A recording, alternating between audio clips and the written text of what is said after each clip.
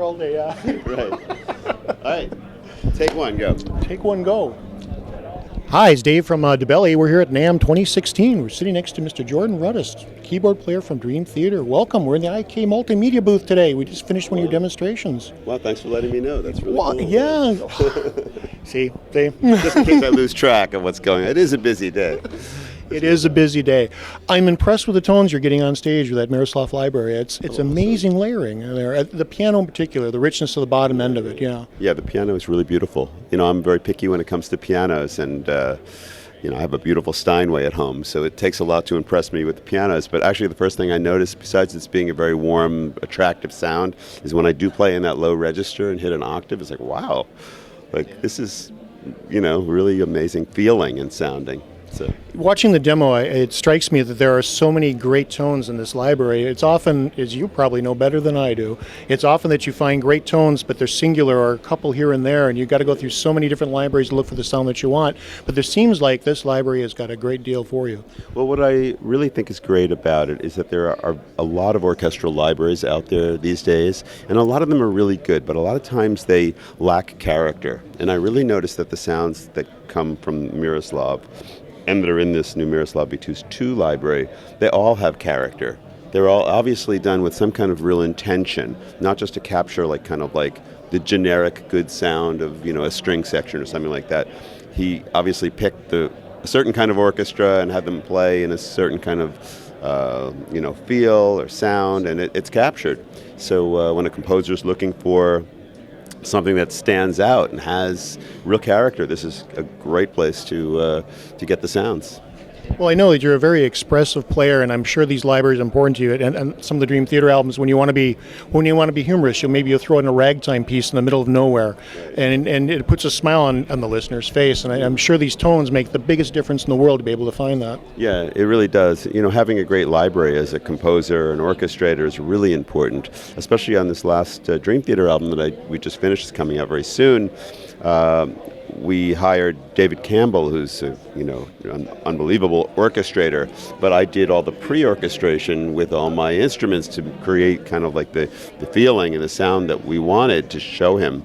And having good orchestral sounds is really important.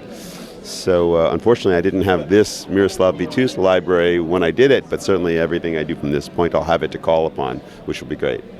Well, let's talk about the new album coming out, The Astonishing. We're about a week short of it now, I think. Yeah. I know it's important to be able to walk into your bandmates and to say, this is what I'm thinking, this is where I'm at, and these tones fall right into the new album. Mm-hmm. I'm interested in hearing about the new album and where we're going. Very excited about the new album. It's Dream Theater's biggest work to date. It can be thought of as like a rock opera or even like a musical. For me, it was almost like composing a film score. And the entire album, the 2 hours and 13 minutes worth of music, was composed by myself and John Petrucci. We went about it in a different way because he wrote a very detailed story, and the story had to be followed and really brought to life with the music as well. So we would have these cool morning meetings where we go through the story and kind of figure out where we were, and then create the mood. And we had themes that went through the whole storyline for the different characters. So it's very different. It's very dynamic. I think there's a lot of form to it, and I'm really excited about it. And of course, we're going to be going all around the world with it, starting in Europe. February 18th is our first show in London at the Palladium for a few nights, and then continuing on from there all across Europe, and then coming to America. And then after that, we'll start covering the rest of the universe. Yeah, I believe you're in America or back to America here in April. Right. Perfect. The storyline, for those that don't know, it's 300 years in the future, dystopian reality, and music's kind of been taken out of the hands of people. It's an interesting take on things. Machines making music, I sense no feel, so I expect there's going to be a great deal of feel in the new album.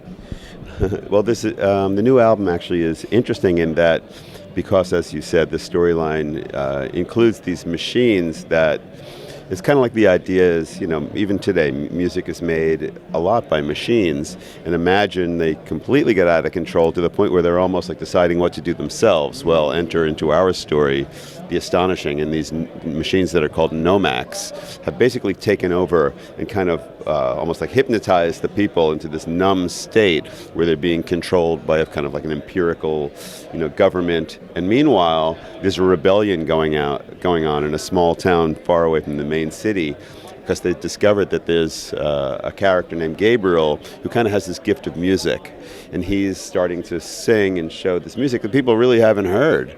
Maybe there's a few of them that heard it, really, really long time ago.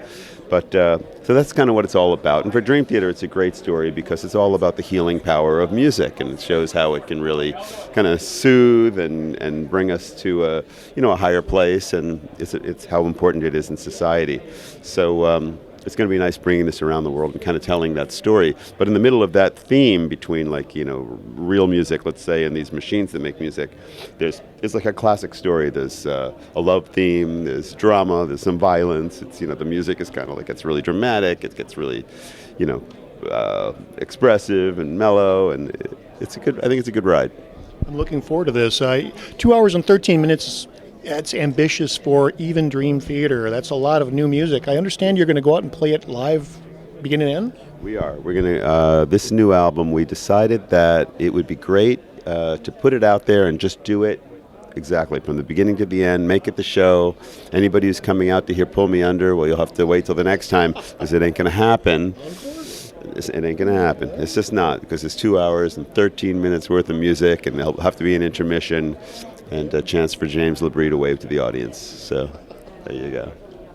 Well, thank you much for your time today. All Appreciate right. it. Yeah. Very good. Thank you. Yeah. Cool. Thinking my lips was once a war.